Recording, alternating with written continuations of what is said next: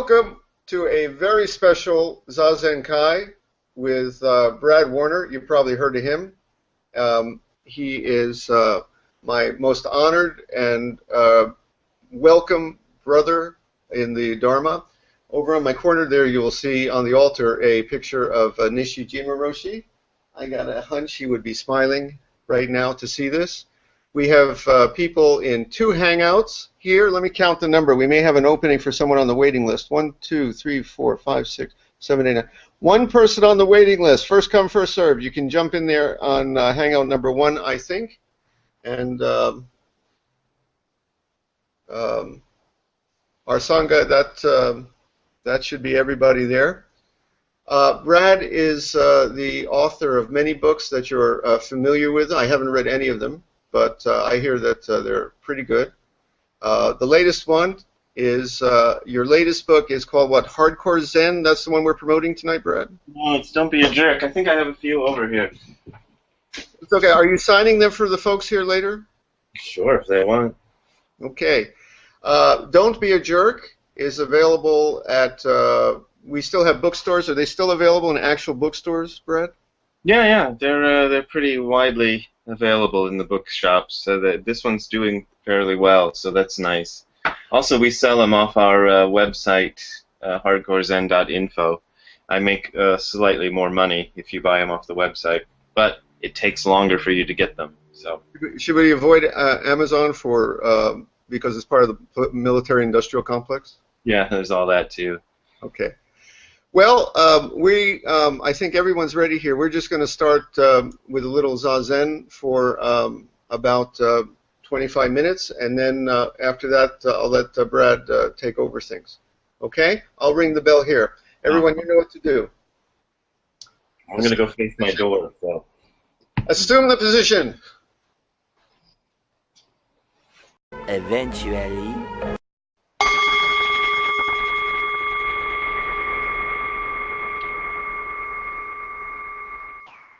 All right. Well, I know we have a lot of Shobogenzo fans here, and a lot of people who are introduced by Brad to Zazen. So we're just going to get started. I'm going to ask Shingen, who's our Hino, to recite the verse to open the sutras for us. Everyone in Gassho, please. Brad has to run off. You can hear by the sound of police sirens and gunshots. He's in L.A. So. Yeah.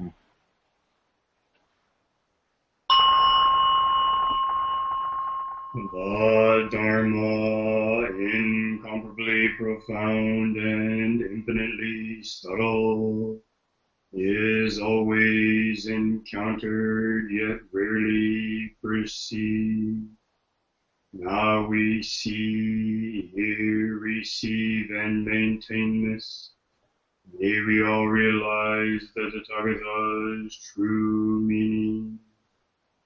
The Dharma, incomparably profound and infinitely subtle, is always encountered yet rarely perceived.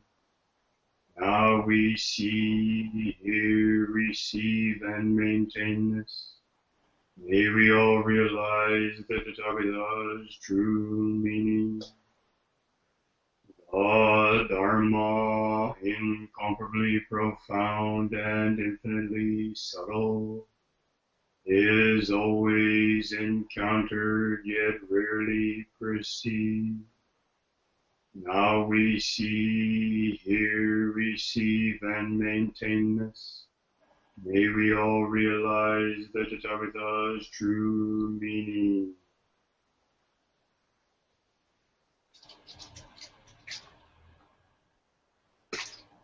All you, Brad. Oh, now I got to talk? Yeah, I see with the water bottle you're doing a Ted Cruz there. What, Ted Cruz drinks out of a water bottle? Anyway, all yours. Well, good morning.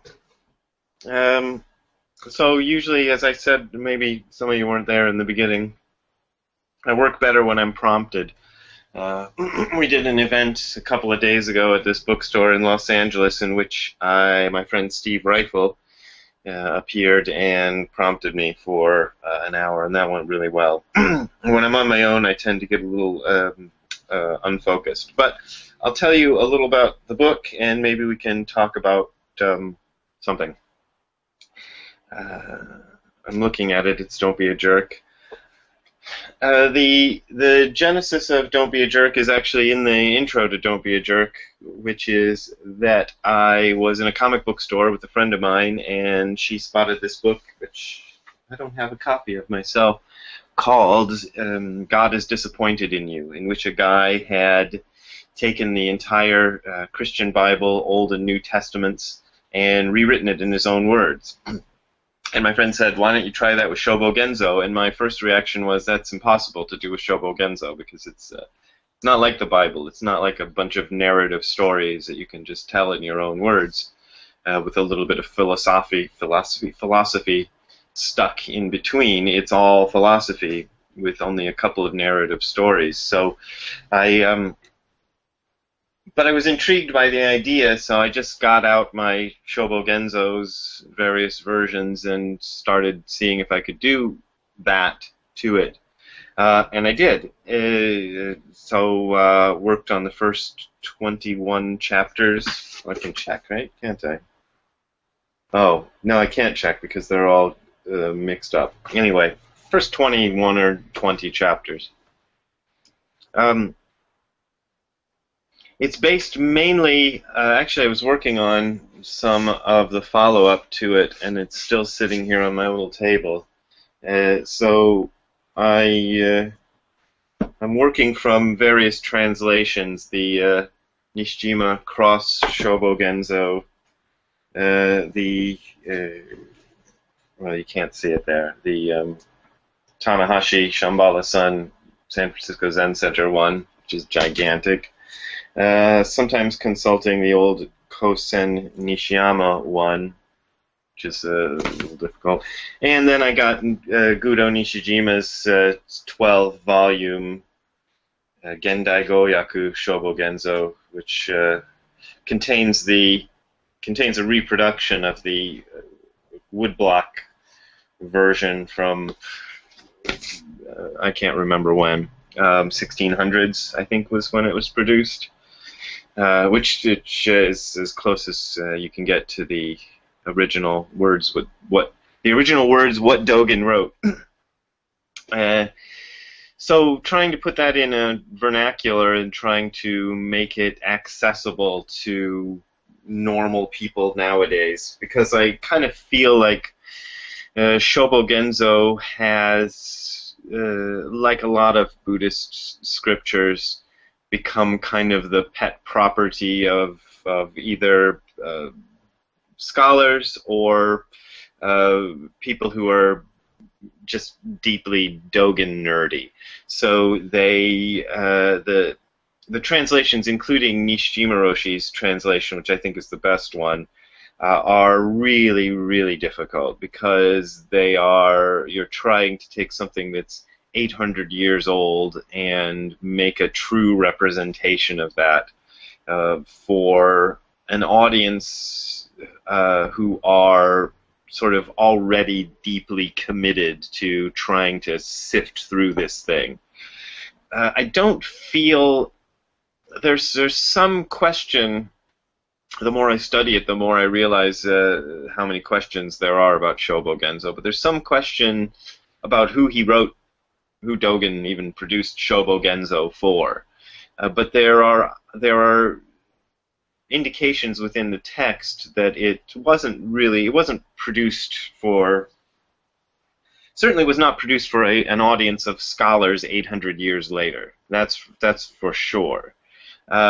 It was probably preached to his students, his little group of monks there, as well as interested lay people who might show up at the temple on days when a lecture was given.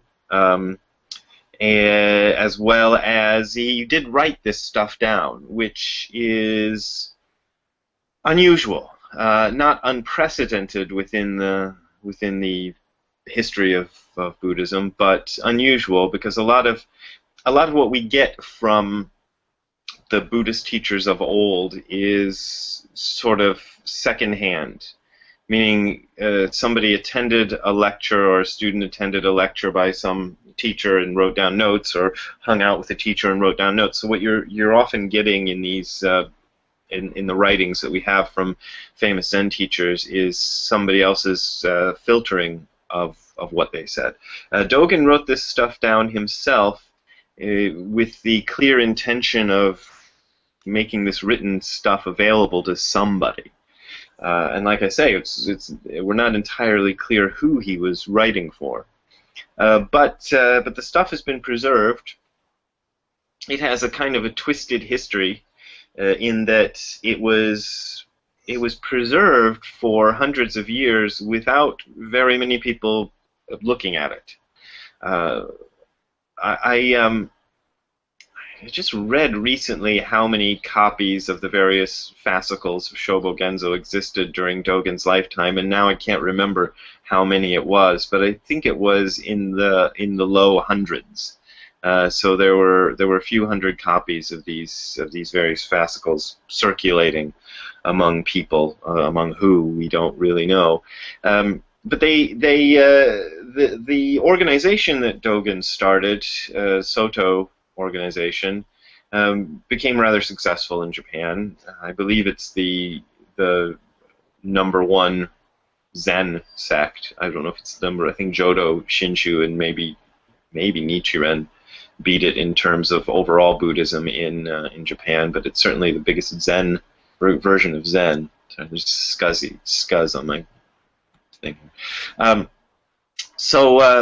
But it was not supported by. It wasn't because his literature inspired so many people. It wasn't because Dogen's writings inspired so many people. It was more because these temples were very popular, and there's a whole twisted history there of the Soto organization, which I honestly don't know that much about because I'm more kind of concerned with Dogen than with the Soto organization. What happened much later was that when Japan started to open itself up to the West, there was a push to westernize and push to kind of try to make Japan compete on par, even before the Meiji Restoration, with the West. And one of the edicts that was handed down from the emperor or whoever was deciding these things at the time was that every Japanese religion had to have a book, because every Western religion had a book. And that got the people in the Soto organization to go, hey, we got a book. It's in the basement. It's called Shobo Genzo. Nobody's looked at it for 500 years, but here it is. And but at first they didn't publicly disseminate the Shobo Genzo. It wasn't. It was actually they petitioned the Japanese government to restrict the printing of Shobo Genzo to the Soto people themselves. So it wasn't widely available. After the Meiji Restoration, though, is this boring? I'll just keep going and we'll see if this sparks any question. After the Meiji Restoration, there was a push for, again, an even harder push for Japan to compete in terms of the West, and it became, a lot of Japanese people became interested in finding philosophers in the history of Japan who were as good as Western philosophers.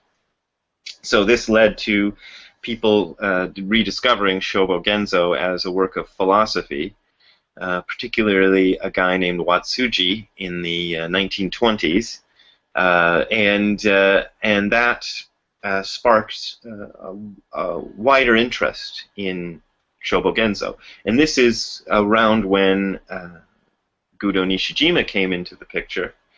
He was a young man at this time, and the story that I heard from him was that he used to like to hang out at used bookstores, which is something he and I have in common. And he came across Shobo Genzo and was leafing through it and saw that it was he'd heard of Shobo Genzo, but he saw that it was a book written in his own language, Japanese, that he couldn't understand. And that was kind of a challenge, and he wanted to understand this Shobo Genzo. So sometime probably in his late teens or early 20s, he became a bit of a Shobo Genzo obsessive, which carried on for the rest of his life. And he produced first, as I showed you, I won't be able to quickly find the copyright date on this thing, but I believe it's in the 70s sometime. He produced the Gendai Goyaku Shobo Genzo, the translation to contemporary Japanese Shobo Genzo. And then with his student Mike Cross, he produced what was, at the time, the only available full English translation of Shobo Genzo. The Nishiyama Kosen Nishiyama and John Stevens version preceded the Nishijima Cross version, but it was impossible to find. When I wanted to do the research on this book, I had to be like, I had to put an eBay alert and all this stuff. You know, I couldn't find it anywhere. Finally got myself a full set for $100, which was a bargain because some people wanted like thousands of dollars for individual copies of this thing. And so the Nishijima Cross version was for, let's say, 10 years or so, the only complete English translation of Shobo Genzo, up until well, maybe probably more than 10 years. Anyway, the San Francisco Zen Center version came out 2010 or so. So that's also a complete version. Shasta Abbey, an organization here in California, came out with their complete Shobo Genzo, which I think might be copied from the Nishijima Cross Shobo Genzo. I don't say that too loudly, but the more I work with the Shasta Abbey version, the more I find these kind of like, why does theirs is worded exactly like the Nishijima Cross version? So it makes me wonder the origin of that one, but not to disparage them. So that's it. That's where I came in. So with the wide availability of legitimate versions of Shobo Genzo finally being the case, where there's 4 complete editions available, at least 3 of them are easily available, with the other one being available but very hard to get, and maybe half a dozen or more incomplete versions of Shobo Genzo, Moon in a Dewdrop, and Refining Your Life, and oh god, there's a bunch of them. I have a whole shelf full of them in there where people have taken a few pieces of Shobo Genzo and translated them in English. I figured anybody who really wants the legit version of Shobo Genzo now can get it. So the time is right for a terrible pop culture version of Shobo Genzo. And the cover kind of gives away, I don't know if it's, there we go. This is my feelings on what I'm doing with this. A lot of people interpret this cover drawing in various ways, but what I talked to the artist about doing was this, the concept, I didn't draw this, but the concept was basically mine. The monster is destroying, I sent him some pictures of Eiheiji, and he didn't quite render it exactly like Eiheiji, but he's supposed to be destroying Eiheiji in the same way as I am destroying Dogen's masterwork here in this book. So that's that. I don't know exactly what sort of an audience I'm talking to, so I'm kind of I kind of want to keep my presentation short and then see what people want to talk about, because I don't know what, you know, maybe I've just bored all of you into complete numbness for the last 20 minutes. So let's see if you have any questions. Yeah, I guess we'll go to the question and answer. Let me tell you how I'm going to work this. First off, I got to get you to do a Godzilla impersonation right now over the people. You look like, you know, a monster over the little people of Tokyo right there. Yeah, there they are. Right. Yeah.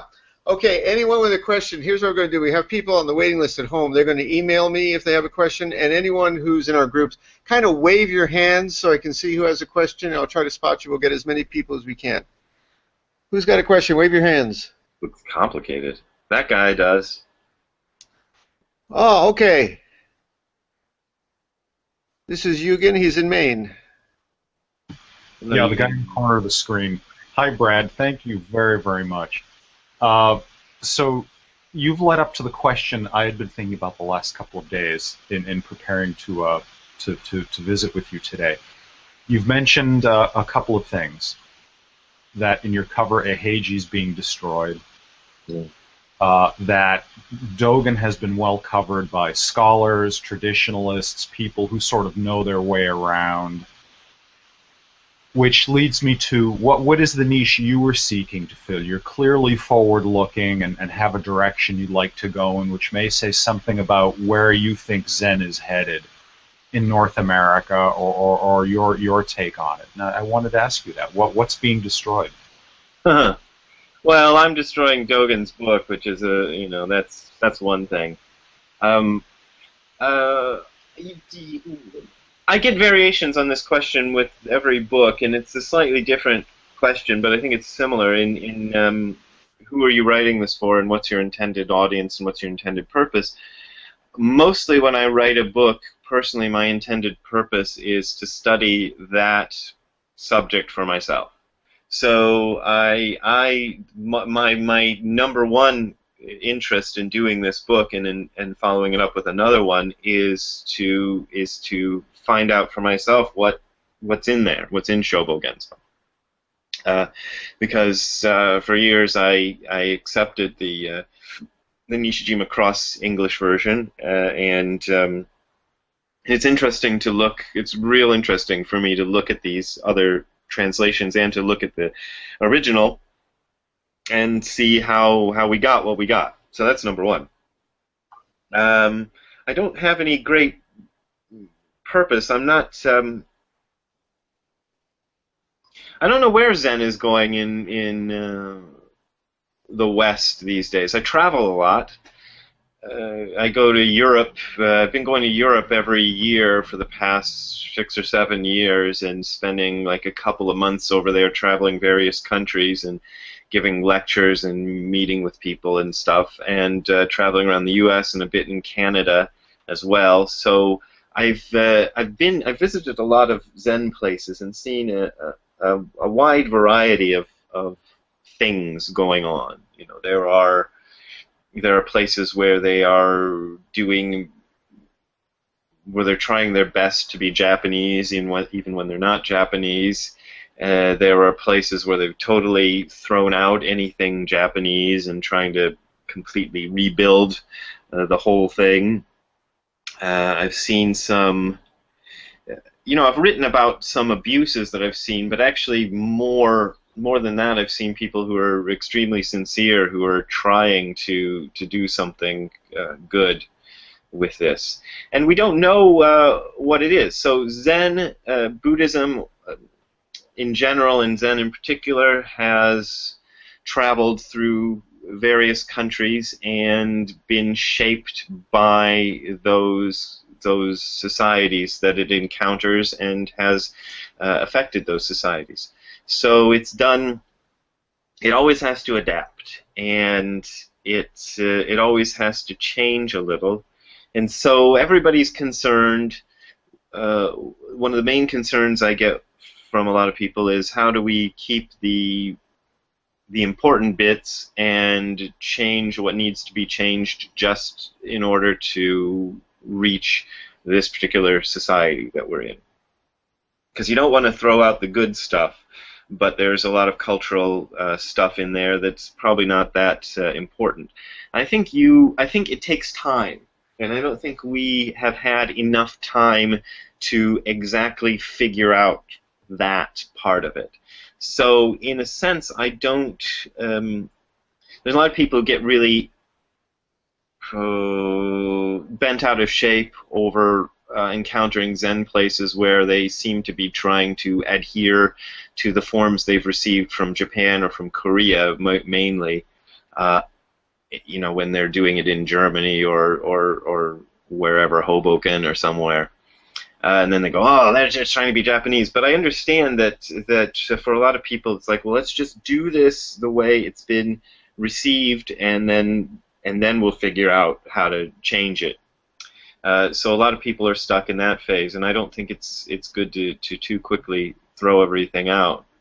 I have a kind of an unusual, sorry I'm rambling, I have a kind of unusual relationship to that because I lived in Japan for 11 years, so I don't, you know, my take on it is sort of, you know, after you live in a foreign country for that long and speak another language all the time for that long, it starts to seep into your brain and body. So I feel like, you know, in a bit of a way, I can be a bit of a bridge for that to try to see what's important, but I don't know. I guess the answer overall is I don't know what my intended audience is or what I'm doing with this book. You know, I just kind of try to put it out in a way that I understand it, and then hope that resonates with people. It's been interesting with this book in particular because it's selling better than my last few books. So I'm surprised, and I think my publishers have been surprised too, because they kind of they were a little tepid about the book when I presented them with the idea. They liked the idea and they wanted to publish it, but they were sort of like, well, we don't know if this is going to sell.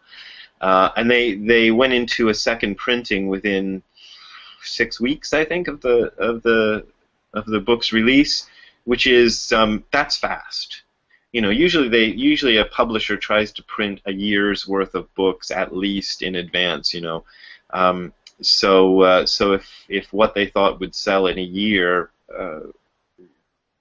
sells out in 6 weeks, that means that there's a lot more people interested in the book than they thought would be interested in the book.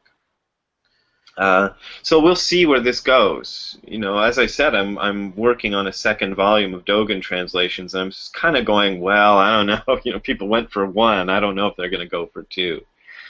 So we'll see if there's real interest in Dogen or not. Okay, Well, I'm sorry. You haven't rambled at all, and I really appreciate your thoughtful answer. Thank you. Oh, thank you. Wave your hands like crazy if you got a question, because I'm... All right, wait a second. Where are we going here? I don't know anybody's name, so I can't. We're going to Kyonin in Mexico. No, in Mexico. Thank you. Hi, Brad. Thank you for being here with us. Where are you in Mexico? Pardon me? What part of Mexico? Oh, I'm in Guadalajara, near the Pacific coast. I've been there. Oh! Yeah. No, well, whenever you come here, you have a home here, right? Okay, well, Just we let should me know. talk, actually. Kyonin, let me mention, Kyonin, by the way, is one of our trainee priests, as was the first fellow. I hope some of our non-priest folks here ask some questions, too. Be brave. But Kyonin's one of our priests here at Tree. Nice. Well, first of all, thank you, Brad, for being here with us today. And a couple of things I want to mention and one question. First of all, thank you for putting up this book for us, because to me, Shobogensu is a little bit hard because all the translations are mostly in English. Yeah. We have some translations in Spanish, but they're like pretentious Spanish. You know, it's hard to understand even for us. Yeah. So having your book is for me very valuable because I can compare and validate what I have been learning for a number of years now. So thank you for your book. It's invaluable for me, and I'm sure for a lot of non-speaking audience or readers. I love the cover because I'm a nerd and I love kaiju, so it's awesome. And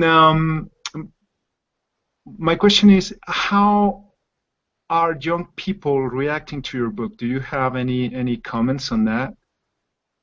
How are young people? Okay. I mean, less than 20 years old, younger than 25 years old, because the language you use is very accessible for younger readers. So, have you heard of how young people are taking your book? Well, I can give you one example from the other day. I was in a bookstore, and it was the bookstore where I gave a talk. But this is a couple days before I gave the talk. I just wanted to see whether they had the book, and they had it on the shelf. And as I'm walking by, this little girl could have less than 10 years old is like picks up the book and showing her mom like, look at this book, look at this book, you know. And I turned around and I said, you know, I wrote that book. So 10-year-olds like it, at least because of the cover. I haven't. I don't really know. A lot of people who write to me don't tell me how old they are, so I just have to guess. The audiences that I've been seeing talking about this book seem to be mainly younger audiences when I've been traveling and talking about it, and they seem to like it. I always wonder, you know, my first book, Hardcore Zen, was really marketed hard to a young audience, right? And so one of the first places I went to give a talk about Hardcore Zen was, I think it was in New Mexico. It was somewhere in the American Southwest, maybe Arizona, New Mexico. And in most of the audience is young people in their 20s and 30s, and right in the front are these two women who appear to be around 60, you know, years old.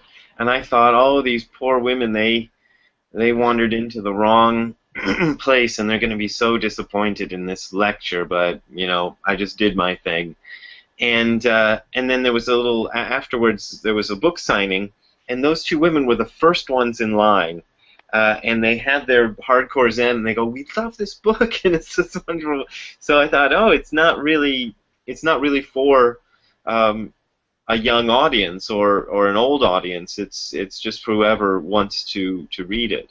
So I'm not really exactly writing for a young audience. I'm trying to write for a contemporary audience. So I'm trying to, like you said about the Spanish, I haven't seen the Spanish editions of Shobo Genzo, but a lot of times when people are writing English, Shobo Genzo and also other texts, you know, when they're translating, there does tend to be this pretentious quality to it, and it's really difficult. I kind of feel like who are you trying to impress, you know, when you're writing this? Especially the language becomes kind of a barrier. Because of doing this, I'm for the first time starting to read some of the scholarly books about Dogen, because I studied with Nishijima Roshi, and he had his Shobo Genzo version, and he was lecturing about it, and so I just didn't really feel for those years like there was any real need for me to look for other scholarly interpretations of Dogen. But these days, if I'm going to try to make a good book for people, I'm going to have to look at what the other scholars, what scholars, I don't think I'm a scholar, what they have said about it. And what's really interesting is, number one, I'm finding that Nishijima's interpretation of Shobo Genzo isn't as unusual as I suspected originally. I thought maybe I was going to find out that his take on it was really different from other people's, and it's not. You know, it's pretty. His version of Shobo Genzo is pretty standard interpretation. But the other thing is, when you read these books, I'm reading them in English, which is my own language, and I have to stop and look up words all the time. It's very annoying because. You know, and then I'll look up this word, and I'm going, and I think, why did you use that word? Because you could have said a more common word that means the same thing. So why are you making me go to a dictionary and look up this stupid word that you've used? And that sort of thing, I don't quite understand the reason for that. So as far as young people, there's, I think they probably like it, but I don't know who I'm hearing from. it's interesting to take it to other countries too. This is I haven't taken it. I haven't taken the book to any other countries yet. But when I was touring Europe last year, I had finished most of it.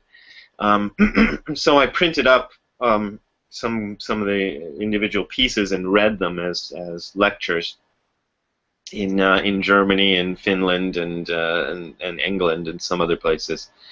Netherlands, I think I did it too, and it was it's interesting to see because I'm also trying to write.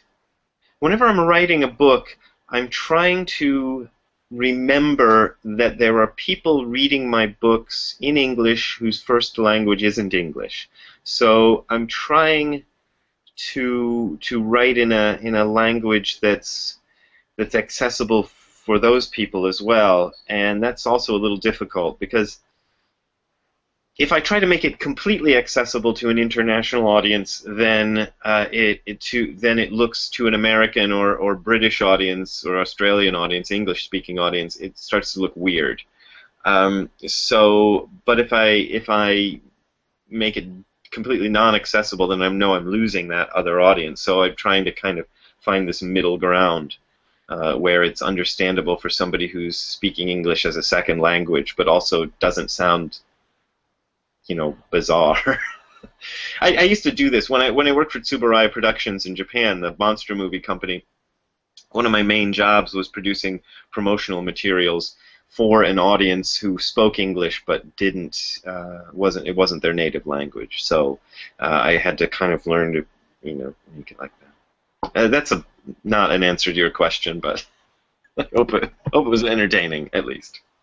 No, it was wonderful because it makes me understand why I rely in your book now, because it's wonderful for me. Because sometimes I get the feeling that authors who translate Shobogenzo want to pair up with Dogen, like they want to match his intelligence or his language, and that's why they use these uncommon and scholarly words or whatever. So, no, thank you very much. It was a wonderful answer.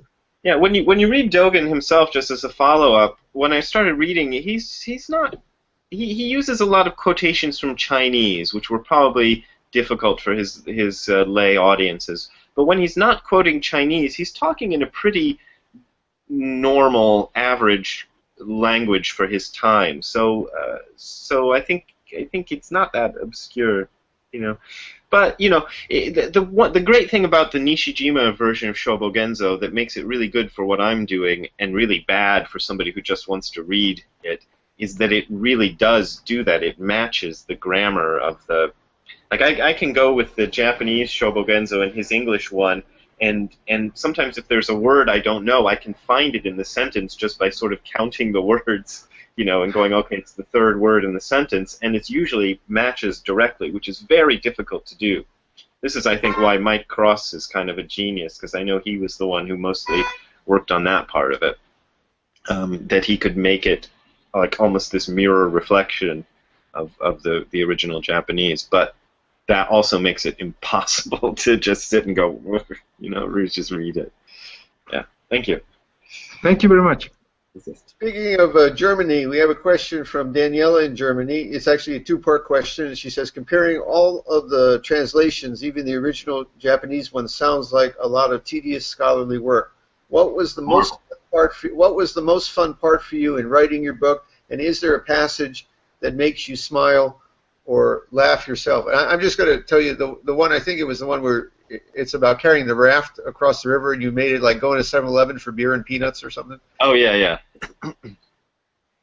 yeah. That was fun to do. Yeah, it is tedious to compare all these things, but it's also, since I'm kind of a nerd about it, it's interesting. I found it real interesting because there were several. Excuse me. There were several passages, always minor passages, never anything really crucial to the text, where I could compare, sometimes as many as 5 different English translations, and realize, oh, everybody's just guessing, including Nishijima and Mike Cross, I think.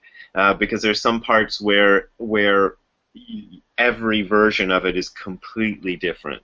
So you're just going, okay, well, nobody knows what the heck he was talking about there. Those only occur in, like, sometimes they occur in these quotations he picks out from ancient Chinese and stuff, where it's really hard to figure out what he's saying. But then, there's always a context around it. Most of the Shobogenzo translations are very similar, so I didn't find any huge disagreements. The fun of it was trying to figure out how to put it in a common language. And yeah, I did some goofball things like the beer and Doritos passage, and that, that in particular was, he talks about, it was the original passage is something about crossing a creek to get something. I forget exactly what it was. And I thought, well, if you are, there's a tendency for people who translate these things to get seduced by the amazing Oriental beauty of it all, and want to, they feel, I think, so much, like, oh, the plum blossoms in winter or whatever, they love passages like that. Excuse me. And those things are hard for a lay audience because it just sounds like, oh, Japanese stuff. So I thought, there's no reason it has to be crossing a mountain stream, because he's just talking about an everyday activity. So what's an everyday activity that people might engage in? And I thought, well, people go across to the 7-Eleven to buy some beer and tortilla chips, and that and to me, you can make a nice substitution without losing anything essential in the writing.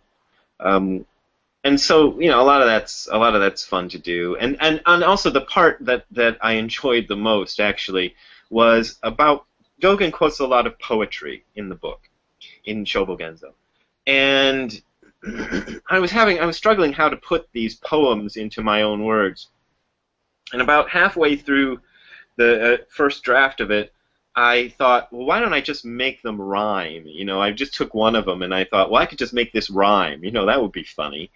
Because it's a poem, and it's kind of we think of poems that don't rhyme are like the meaningful, real poetry, and then poems that do rhyme are like kids stuff, right? But I thought, well, what if I just rhyme all of the poems? And it was really hard to do because I didn't want to lose the essence of what the poem is saying, but I still wanted it to rhyme and be in poetic, iambic pentameter or whatever, poetic meter. And so it was fun to do those. I had to acquaint myself with all these. But the internet is great these days because there's several rhyming dictionaries you can find online nowadays. So I found a bunch of those that were real useful. So that was what I enjoyed most about that. Okay, somebody wave their hands here if you got a question, especially second group here. Wait a second, is that a hand wave or did you were scratching your nose? Okay, wait a second. I guess I'm only seeing the first group on mine. Yeah, you're not going to see. Okay, this is going to be... Okay, wait a second. That's Vincent, yeah. Vincent is also in Europe, in Germany. No, in Holland. You're not going to see... Wait a second, I lost Vincent. Wait a second. Vincent, come back. You'll probably just hear him. I'm here. Go ahead. Okay. Well, my question, I'm not sure if it's actually a question, but one of the things I noticed here in Holland, at least in my local Sangha, we had a girl who came in and introduced herself as a practitioner of hardcore Zen. Oh no. Which which I hadn't heard of before, except, of course, for your book. And I think she was quite young, actually. I think she was not even 20. So I really liked that because obviously she told us your books were taking her into practicing Zen. But on the other hand, she had a sort of, how to say, a bit of a sloppy way of doing things in line of, I think, what she interpreted. Yeah. Your kind of Zen, just by the book covers and the sort of, funny way of talking about it. Yeah. And while there's lots of serious stuff going on in your books, of course, I wonder if you notice this, if people maybe not read thoroughly enough to actually get the second and third layers in the book. If that doesn't make sense, the question. I wonder if that's. I wonder if I know that person. As you may know, I've traveled to the Netherlands a bunch of times, and I'm going there again this year. The only thing I have in Netherlands this year is Groningen, but I visited several cities. Nijmegen I go to all the time because I have a friend there who lets me stay at her place. So, I have seen variations on that happen where people take a kind of a superficial understanding of whatever it is I'm putting across and imagine the rest. It's kind of difficult. You can't, once you put something out, you can't really control how people are going to interpret it. I found that to be a losing battle. When I first started writing, I did spend some time trying to sort of correct people's interpretations of what I say. And nowadays I kind of just look at it when it comes to me, usually via the internet, and go, oh God. And just go, what am I going to do about that? And usually it's like, I got other things to do. So, but when I see people in person, there's an interesting sort of thing that happens. I think a lot of people, if they come to a retreat that I lead, or they just come to the regular Zazen groups, not the majority, but every once in a while I run into somebody who's really shocked and upset that it's so traditional. I do have a T-shirt that has Godzilla on it right now, but other than those kind of superficial things, the way I teach this stuff tends to be pretty traditional. There's people have this image of me as this great iconoclast, but I think it's not really true.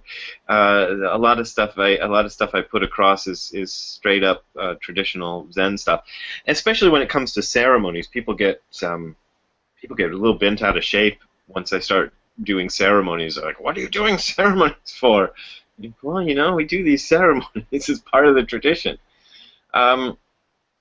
So yeah, I know there's going to be a certain amount of that misunderstanding. There's all kinds of it. There's stuff that you write and you see how people interpret it, and it's wildly wrong. I did a where is it sitting? It was over here. That doesn't matter.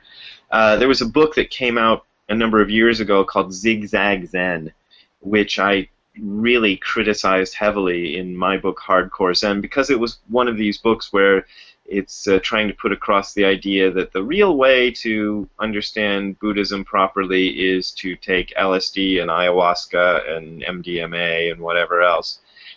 Very harsh, very advocating that. Most of the people in the book advocate that. And I took it to task.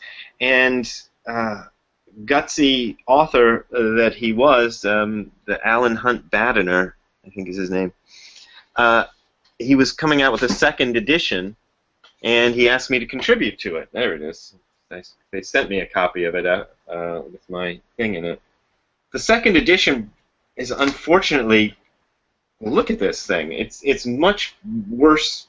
The original one was put together by Chronicle Books, and it's a beautiful piece of work in the printing and everything. And then they reissued it, and it's, I don't know who published this, but it's like falling apart. I've only even looked at it a couple of times, and it's already coming apart from its binding. But anyway, I put an essay in here in which I tried to express as best I could my feelings about drugs and their place in the Dharma, which is pretty, negative. I think if somebody wants to get high and they say, look, I'm smoking this weed to get high, I can actually respect that. Respect is probably a funny word, but I understand that and I get it, and I don't have any real strong argument with that. What I have an argument with is I'm going to do this MDMA and have enlightenment. There I will argue with you. Anyway, that's what I kind of tried to put across in the piece of writing. And I saw a review of it, and the guy is going, Brad Warner says drugs are fine for the Dharma, but with these caveats. I'm like, really? Really? That's what you got out of this? So I just thought, you try your best to say something, and people are just going to read whatever they read in it. And so then you put out another book and hope that they read that one. Yeah, I'm sorry she was sloppy, but if she's only 20 years old, that could be also part of it, because I was pretty sloppy about Zen when I was 20, and I still am in some ways. Brad, our Sangha reaches to a lot of people in exotic and isolated locations. We have someone, if I recall, they're from a place really in the boondocks. It's called Ohio. Oh, I've heard of Ohio. Yeah. His question, this is from Washu. He's at home. He says, since we have no idea who Shobo Genzo was written for, who do you think should read it, or who would get the most out of it? Ah, that's it. I like that question. Thank you, Ohio. You're making me proud. Because that's a question I've thought about myself. Because it's sort of like, if Dogen isn't relevant, then there's really no need to study him. There's plenty of philosophers out there who put across things that, these days we can look at and go, yeah, that was stupid. Some of them we might be right about, and some of them we might be wrong about. There may be somebody who we currently regard as being kind of worthless, that in 50 or 100 years people will be going, yeah, we didn't realize that guy was so smart. But I feel Dogen is relevant. I think he can be relevant for anybody who's interested in the deeper meaning of life. We look at a lot of philosophers whose stuff is very old. Plato and Socrates and things like that. People still read even now, and they're much older than Dogen. And they still have something to say to us, even though they're so ancient and so removed. And I think Dogen is one of those people. Even though he lived and died 800 years ago in a country that most of us haven't encountered. I've encountered it, but most Westerners haven't even encountered Japan, really. He has something to say, and it's quite forward for its time. I remember having conversations with Nishijima about this very aspect of Dogen, and Nishijima was convinced that Dogen was, he wouldn't go so far as to say Dogen was psychic or anything, but he felt that Dogen intuitively understood a lot of things that we are only just now catching up with. One of his favorite examples would be certain elements of psychology, that Dogen seems to be expressing a very contemporary take on certain aspects of human psychology, but in words, he's struggling for the words to express these concepts because his language and his time didn't have words for that. So you find a lot of that kind of stuff. And so I think it can be useful for anybody. I think it's, one of the things Dogen encourages is a meditation practice.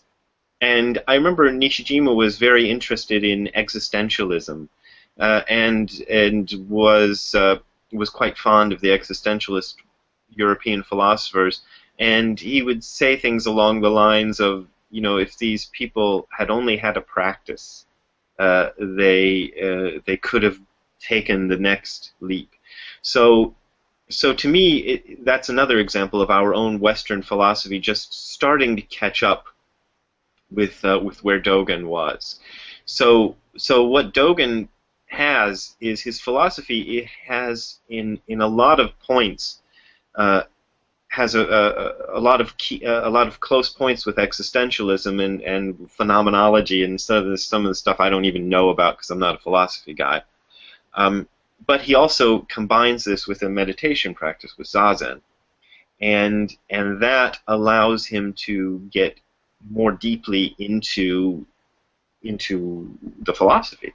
So I think really anybody who's interested can approach this, and I'm kind of hoping that people will read the book with an interest in the philosophical points it expresses, and then say, oh yeah, maybe I should try some of this Zazen stuff, and maybe get into that as well, because I really do feel that Zazen has a lot to offer us in our contemporary world.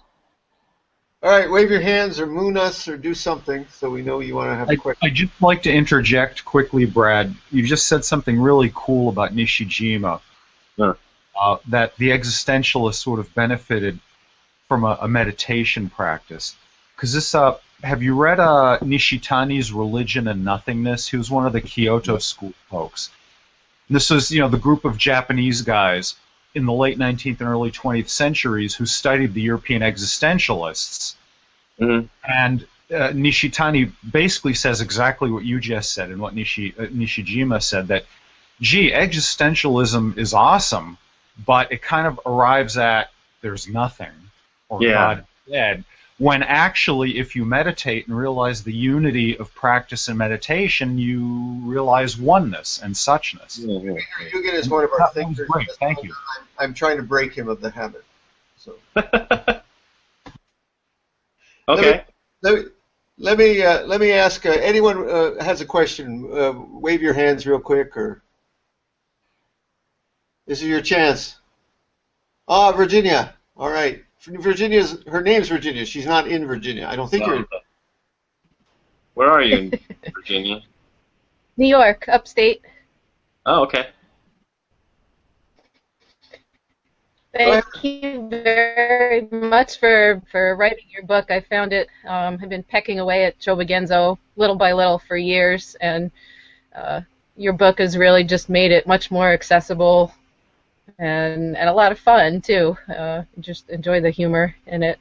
I was wondering what the most difficult part for you was to write, because I know some of it was still difficult, the mirrors and the monkeys and that, and I was wondering if that was difficult for you to get through. Yeah. And yeah, it's maybe talk a little bit about some of the tougher Dogen.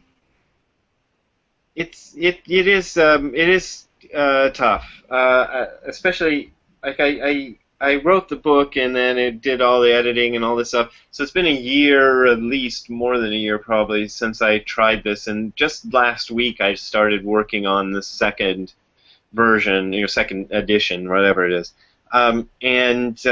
And I remembered how hard this was.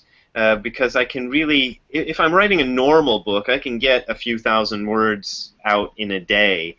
With a book like this, it's lucky if I can get a couple hundred in a day, because it's just going back and forth and checking things, and the most difficult bits are really mundane. It's because of for example, this is so mundane, but when things are written in Chinese characters, the Chinese characters in Japanese don't have a fixed pronunciation, so you don't know how the word is pronounced, which makes it really difficult to look it up. And so I've discovered some online things that they're trying to make it easier to look up Chinese characters, but they're quite finicky, I've discovered, and they haven't quite got all the bugs out. So spending 10 or 20 minutes just looking up one Chinese character is tough. But then philosophically, you also have things like just to take the example you raised, is this near the end, that monkeys and mirrors thing. That was one of the passages, one of the chapters where I noticed several wildly different interpretations of certain lines. And I had to kind of try to figure out what way I'm going to go with it, because I am very loyal to my teacher, but I don't want to be one of those guys who just kind of, my country right or wrong, kind of person with regard to Nishijima. I want to be critical of him as well, and give all the other interpretations a chance, and try to see why they changed it.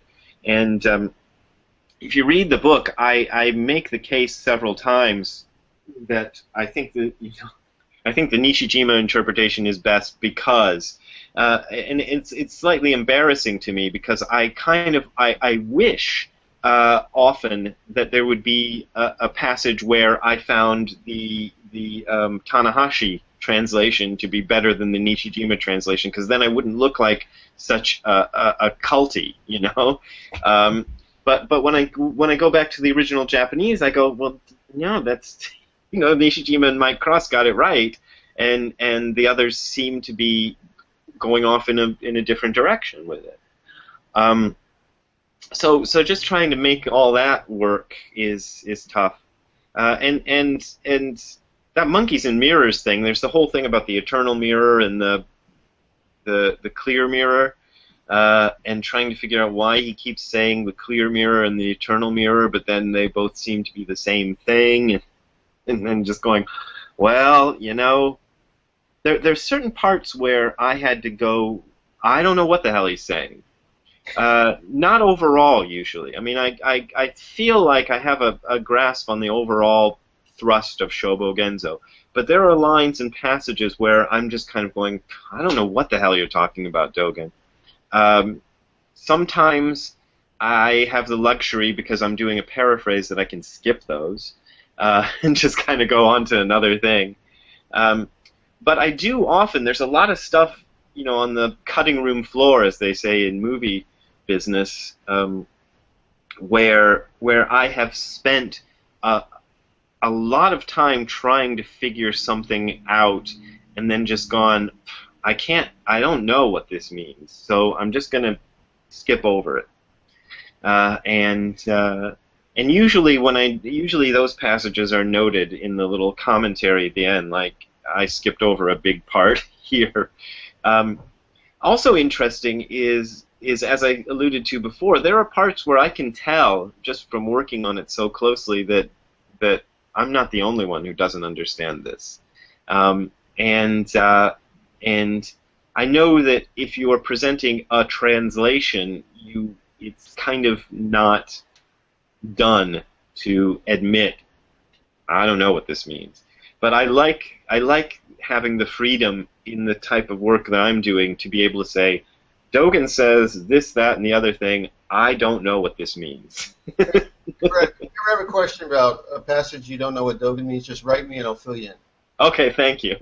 Actually, when I write to people, I compare Dogen to a jazz musician, and I say he was just like riffing, and sometimes he got lost in his music. I don't even think he knew what he meant all the time.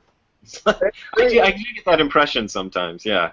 Let me give you a question that ties into that from Shoka, who's writing from home. And she says, first, the history of the books was fascinating. Thank you for that. It wasn't boring at all. My question is, after spending time reading through the different translations, do you have any suggestion on the best way to approach picking a translation or reading through multiple translations at once for people who want to read Dogen? I guess she's asking what's the best way to read Dogen. Yeah. Well, I can just tell you what I did, and that's also covered in the book, but I can say it. Um, my experience of Shobogenzo was going to Nishijima Roshi's lectures, which he'd do every Saturday, and I attended, almost every one while I was living there, and listening to him talk about Shobogenzo. And after a while of listening to him just talk about Shobogenzo, I thought, well, he's selling him. I might as well buy a set and read it. I think when I first bought it, there was only volume 1 and 2 available, but I bought them anyway and read them. And partway through that, I realized I don't know what's going on. I'm getting lost. But instead of just stopping, I decided I'll just plow through it. I'll just read it, scan my eyes across the page, make the words, repeat themselves in my brain, and just do it that way, even if I don't understand what it's saying, and just get through it. And I found that was sort of useful because there were certain things where I did it that way, and then later on I kind of remembered a passage and went, oh yeah, now I get what that means. So that's one way. The Nishijima version, as I said, is not. It's the best translation, and it's also not very user friendly. It's the best translation because it's the most literal translation. It slightly burns me up occasionally when I come across some scholar kind of. No scholars ever say anything really bad about the Nishijima translation, but they'll sort of class it as like, well, there's this translation and that translation and the Nishijima translation, as if they're all like, meh, whatever.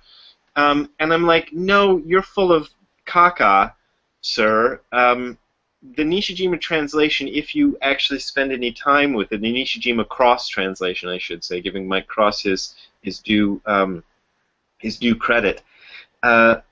Is really much better as a literal translation than anybody else's. It's just that very fact makes it really difficult.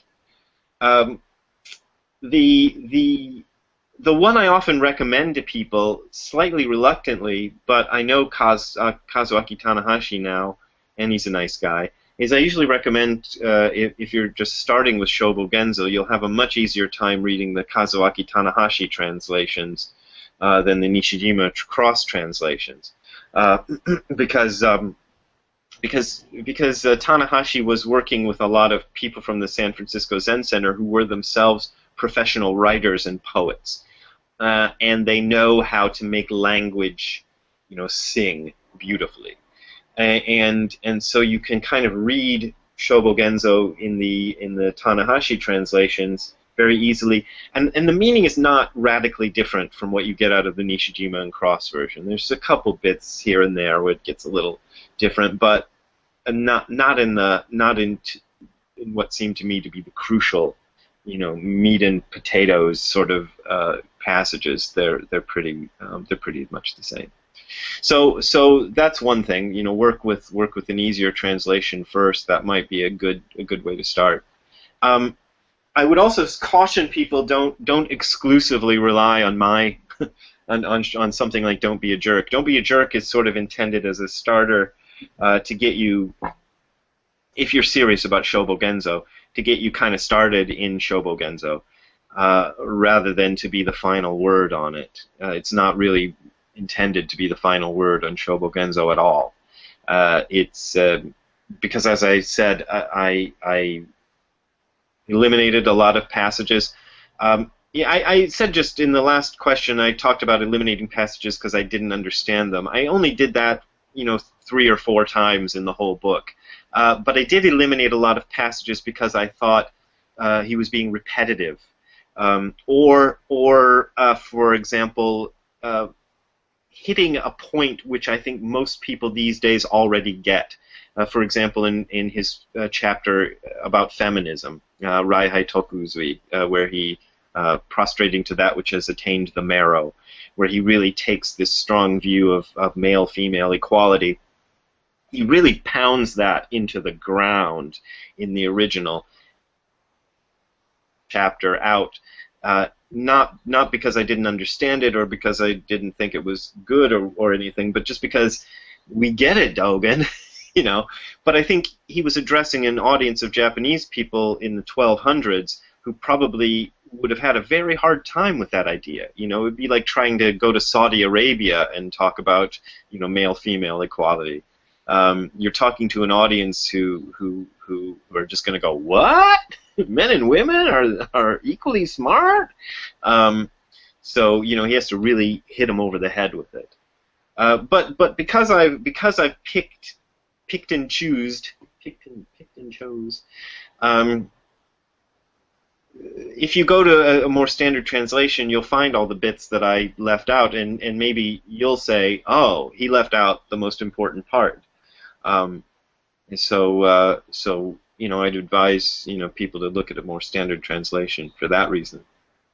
Brad, if I could jump in with one point of procedure here. You use the word caca, and we don't go for...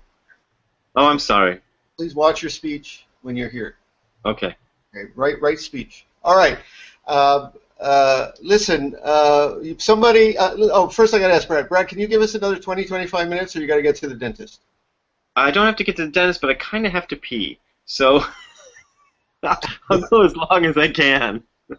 Okay. Or you can take us with you as you're doing it, and we can take the stone. I don't think that would be pretty. Okay, somebody wave your arms like crazy. I kind of wish Sergey in Ukraine would have a question, just because I like to always say we have a question from Sergey in the Ukraine, but nothing, Sergey? All right, somebody wave your okay. Arino Shingen. Hello, Brad. Again, Hello. Thank you. This has been fantastic. Actually, it's been interesting because you've kind of covered my question as we've gone along, but my question is, I sit with a local sitting group, and they always say, why are Zen books so difficult to understand? And the Shobogenzo can be one of those books. Yeah. And so my question is, why do you think Dogen wrote the Shobogenzo to be so elusive? Did he do this to challenge us, to really make us, you know, dig deep for something? Or did he just kind of, you know, as Jindo also talks about it, he's just kind of having his own personal flair with it and having fun? So I just want to make it. I think it's a bit of both. I don't think Dogen is ever... There's a certain kind of pretentiousness that creeps into some contemporary Zen writing, and I will not name names, where I think that the authors are being deliberately obscure for whatever reasons they have. I can think of a few people in particular who, when I read them, I go, you know, you're just trying to sound Zen. You know, stop it. I don't get the impression Dogen was doing that, but he was trying to express, you know, the inexpressible, and he's trying to bend language into a way of expressing something that language isn't really equipped to express. You know, this is why you get all the contradictions, because in terms of language, when I'm communicating something to you, I have to say, get me the orange bucket, and so that you know which bucket to pick up and get me, you know. And so I have to be very specific, and I have to eliminate it. But even in something as mundane as an orange bucket, the orange bucket is many things other than an orange bucket. You know, now I sound like a Zenny or something, you know, but the orange bucket could be described as the rusty bucket, or it could be described as the big bucket, or, you know, there's a lot of other aspects, but you choose just one of those aspects and you address it. And that's how language works. When it gets to bigger sort of philosophical points, everything gets very mixed up, and you're trying to say it's all one thing. You know, it's as if, to take a musical metaphor, you've got a chord, you know, that's composed of 5 or 6 notes. It's a complex jazz chord, let's say, you know, for Jundo's sake. You know, those chords, it has a lot of notes in it, but you got to just pick one of those and describe that note. And because the language forces you to just pick one note at a time to describe. So I think there's a lot of that where he's just saying something, and he is trying to challenge the audience a bit to get out of that area of just fixating on one thing and thinking that one thing is reality.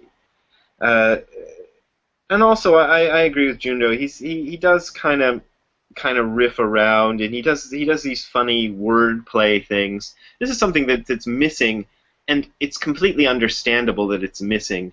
But one of the things that's missing from any standard translation is the humor of Dogen, which there's no way you can read some of these passages in Japanese. There's no way I can read them and not feel like he's actually making a joke here.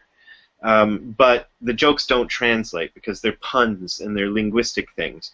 But I feel like sometimes in Shobogenzo he's going for a laugh, and when a scholar reads it 800 years and several continents removed, the laugh is completely gone, and they express it as like, I'm trying to do this with my facial expression, they're like, the wonderful, lotus blossom in the winter or whatever. I already did the plum blossom in the winter.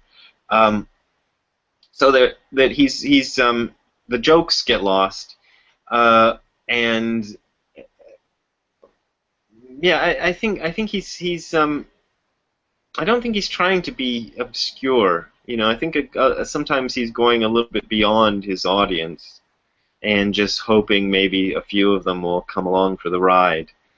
And he might be challenging. He's certainly a cantankerous fellow.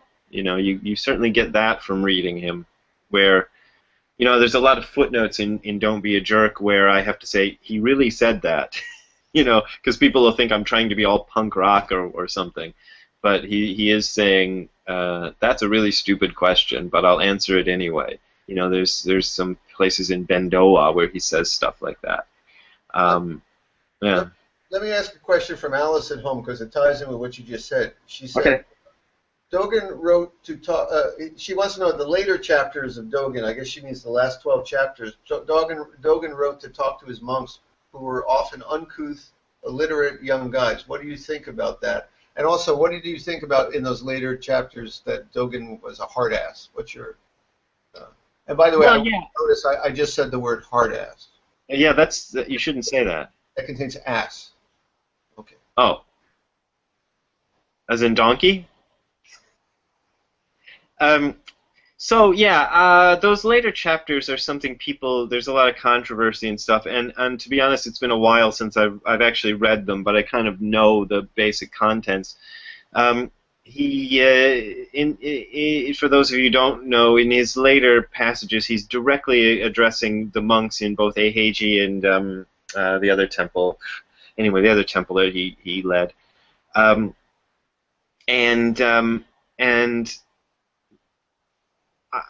I think that's an important point. What she asked, that we sort of have pop culture and movies and things present us this idealized version of the Buddhist monk as this kind of intellectual,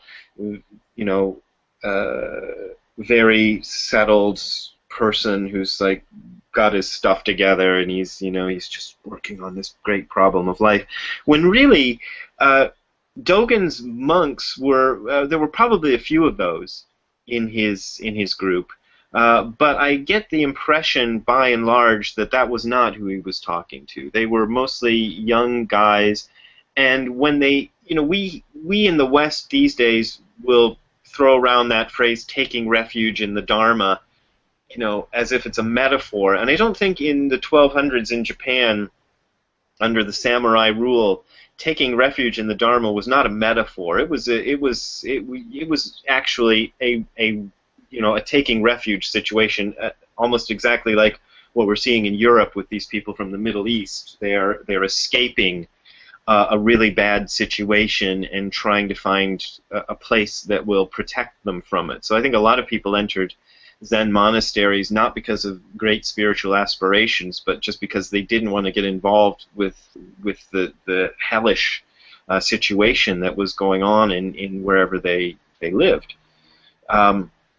So he's addressing this group of people, and one of the things he really does is he tries to encourage them in their practice, and he'll say things which seem to directly contradict other things he said. for example, he'll say only a monk can realize the truth of Buddhism, only an ordained monk. And he's saying this to an audience of ordained monks who are having a hell of a time up in the mountains, and it's snowy, and if they leave the mountains, they might get their head chopped off or their leg chopped off. So he's really trying his best to encourage those people. And we read this in our comfortable later days, and we go, oh, does Dogen mean you have to be a monk, or does Dogen mean anybody can do it? And I think he meant both. But this is the way I read it anyway. That the potential for realizing the Buddhist truth is inherent in every human being. But sometimes you gotta, when people have committed themselves to a monastic lifestyle, the part of the duty of the teacher is to give them strong encouragement and tell them, yeah, you guys made the right choice coming up here to this mountain. And so there's that. I don't know. Is that an answer? Maybe not. We're getting to the end here. Any questions, especially from the group 2 here? Somebody, wave your hands. It's your chance. All right. Okay. Can't see group 2 at all, but we'll. You will. Somebody. Rodney. Sorry. Wait a second. I got to push this button first, and then I got to push this one. Here. Wait a second. Then you can kind of see him. There he is.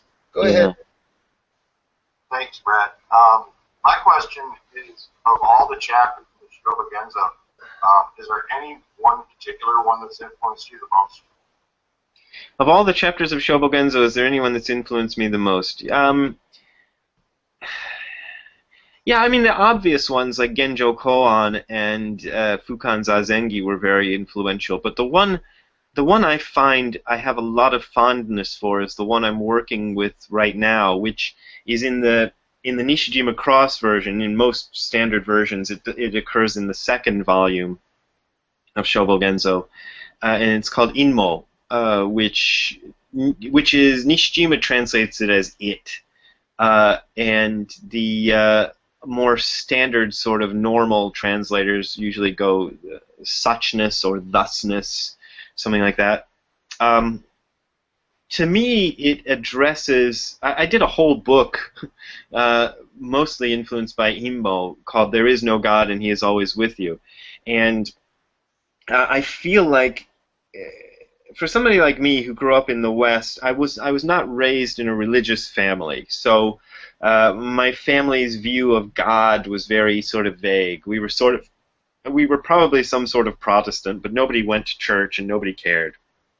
So we were Protestant by the fact that we weren't Jewish and we weren't Catholic, so we must be Protestant. You know, that was the extent of the Warner family commitment to religion. So I didn't have a real indoctrination in God. But as I got a little older into my, once you're starting to emerge out of full-on childhood, when I was about 10 or 11 years old, I started getting really, really interested in this idea of God. Like, what is God? Who are all these people who talk about God and believe in God? What the heck is God? So I got very interested in that. Ended up with a religion that doesn't have a God, and I was sort of like, oh, well, okay, this one doesn't have a God. But as I started working with Dogen and then looking at some of the, for example, the Christian mystics and a little bit of the Kabbalah, but not a whole lot of it, but other people in other traditions that talk about God, and then comparing it specifically, especially to that chapter of Shobo Genzo Inmo, I'm going, well, it looks to me like Dogen and these ancient Christian mystics like St. John of the Cross and Pseudo-Dionysius and other people like that, Eugenia, they're using the word God, and Dogen is using this word Inmo, which is a very sort of hard to define word. In his Japanese version, he compares it to the Japanese word are or ano, which, if you know Japanese, is just sort of like that thing over there, So it's a word we don't really have in English so much, but it's sort of like that, And but he's using this word that or that thing or thingamajig to refer to something that the Christians refer to as God, and the Jews and the Muslims refer to as God.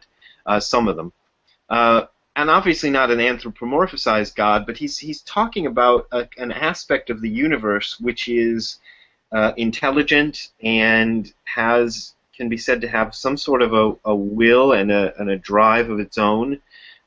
So I started to go, well, this idea of Buddhism being godless isn't exactly true. It's non. There's no deity in Buddhism, or at least, I mean, there are deities occasionally, but they're not. They're sort of used metaphorically. But there is this idea of that this isn't simply a mechanistic dead universe we're living in. We are part of something much bigger that can be sometimes, if we want to, considered as a unity, as a unit, and we can say, that, as I keep saying, the Christians, Jews, and Muslims prefer the word God to talk about this. And Dogen uses this word inmo to talk about it, and I find that one really fascinating, and I like that one because it sort of allows, to me, a cultural sort of in. I don't feel like I'm dealing with something so absolutely foreign anymore. I'm dealing with something that we can talk about in terms that Western people can understand. Yeah. You can be an atheist and believe in God if you're a Buddhist, which I think is an interesting little dichotomy. I'm not the first one who said that, but I think that's actually true. In respect to Brad's bladder, we're going to make this the very brief last question. Thank you. He is getting older, so we he needs to several times a day now. But first off, if anyone has a question, you can catch him on Facebook, I guess, and he answers sometimes if he's in the mood. And yeah. I was going to say you can answer on your blog, but it's not there anymore. After years of fun, you've eliminated the comment section. Oh, it got weird. I mean, it got weird a lot of different times, but it was getting especially weird, and I just thought get rid of it. But if you go on hardcorezen.info, there is a contact page, and you can send me emails, and I try to answer all of those. I don't answer every Facebook comment because it just gets bizarre in there. But when it's an email, I answer it. Here's the last question. It's from Lisa Yokon. She says, "You knew Nishijima Roshi well. I guess you did. Do you have any good stories to share with us about him that kind of captures who he was?" Oh God, I don't know.